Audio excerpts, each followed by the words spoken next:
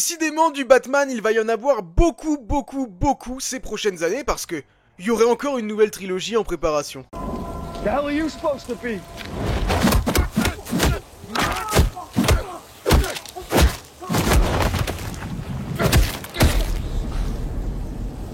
I'm vengeance. Donc si on résume, on va avoir le Batverse avec Robert Pattinson, où selon Colin Farrell, l'acteur du Pingouin, il y aurait au moins 3 films, possiblement une saison 2 au Pingouin et d'autres spin-offs à venir. On va avoir le Batman du DCU, qui sera donc le Batman de cet univers partagé de James Gunn, qui aura très probablement également au moins une trilogie et des apparitions dans d'autres programmes. On va également avoir une série d'animation qui va être tirée du film de Noël Merry Little Batman qui était sorti du coup l'année dernière. Et là, il y aurait encore une nouvelle trilogie en préparation. Sans compter, évidemment, qu'apparemment, Warner Bros développerait un nouveau jeu Batman, voire plusieurs nouveaux jeux Batman, des AAA, dans la veine des Arkham. Je vous dis tout sur cette nouvelle trilogie, mais avant tout, je vous invite bien évidemment à vous abonner à cette chaîne, à laisser un pouce et à activer la cloche. Attention, j'espère ne pas vous décevoir, mais cette trilogie sera une trilogie d'animation, basée sur le comics génialissime, le run de comics Batman Nightfall. Mais c'est quoi Batman Nightfall ? Batman Nightfall est une saga majeure de l'univers de DC Comics. Publiée entre 1993 et 1994, elle met en scène l'effondrement du Chevalier Noir face à l'un de ses adversaires les plus redoutables, Bane. Ce récit explore les limites physiques et psychologiques de Bruce Wayne, ainsi que les conséquences de sa chute sur Gotham City et sur ceux qui l'entourent. Si on devait résumer Batman Nightfall en 3 parties, je dirais que ce serait comme ça. Tout d'abord, Nightfall, la chute de Batman.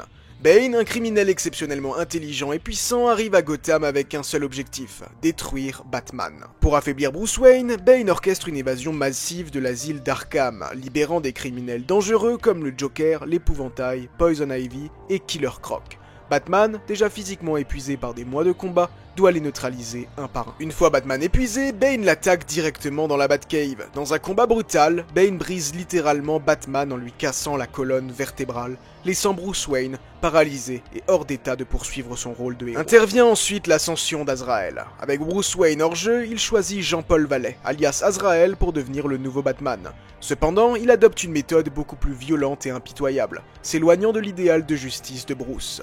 Pendant ce temps, Bruce entreprend un long processus de guérison avec l'aide d'Alfred et du docteur Chandra Kieselving. Nous avons enfin le retour de Bruce Wayne. Une fois guéri, Bruce Wayne revient à Gotham pour reprendre son rôle de Batman. Mais il doit d'abord affronter Azrael, qui refuse de lui rendre le costume.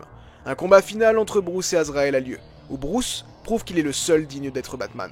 Non pas par la force, mais par son intelligence et sa maîtrise de soi. Nightfall a marqué les années 1990 comme l'une des histoires les plus emblématiques de Batman. Elle a contribué à approfondir la mythologie du personnage en introduisant Bane comme un adversaire majeur et en explorant des questions sur ce que signifie réellement d'être Batman. Maintenant, là où ça va être très intéressant, si cette rumeur s'avère vraie, que c'est bel et bien en développement même s'il semblerait que ça soit le cas, que du coup on ait cette trilogie qui sera en 3 parties, qui sera réalisé par le mec, je sais plus exactement son nom, je suis désolé, mais qui a réalisé le film Justice Society World War 2.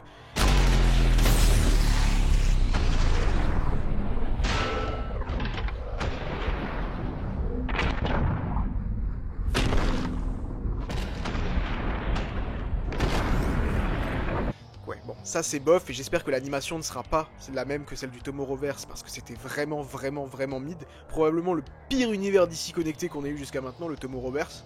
Mais là où ça va être intéressant, justement, ça va être de voir si ce Batman-là va s'intégrer, justement, cette trilogie, dans le DCU. On pourrait peut-être imaginer que ça se passera du coup bien plus tôt dans la carrière de Batman, et que cela viendra s'implanter dans l'univers DCU, et que du coup, en quelque sorte, cette trilogie sortira très probablement sur plateforme, ne sortira à mon avis pas au cinéma, sinon ils auraient pris un réalisateur un peu plus connu j'imagine. Et du coup viendrait enrichir le lore justement de ce Batman du DCU. Ça serait intéressant dans le sens où James Gunn avait déclaré que plusieurs projets ne se dérouleraient pas forcément dans la même temporalité que la continuité principale du DCU. Donc à voir, ça pourrait être très cool. Maintenant, l'option la plus probable quand même, c'est que ce programme soit un programme Elseworld. Et que donc, à la manière justement de tous les films Batman qu'on a eu d'animation quasiment, comme par exemple Batman Under the Red Hood, ou Batman le long Halloween, soit justement en Elseworld, dans son propre coin. Dans tous les cas, ça va être très cool, si c'est bien adapté, ça peut être juste génial.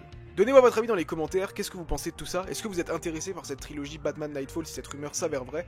Et on se donne rendez-vous très bientôt à Gotham City.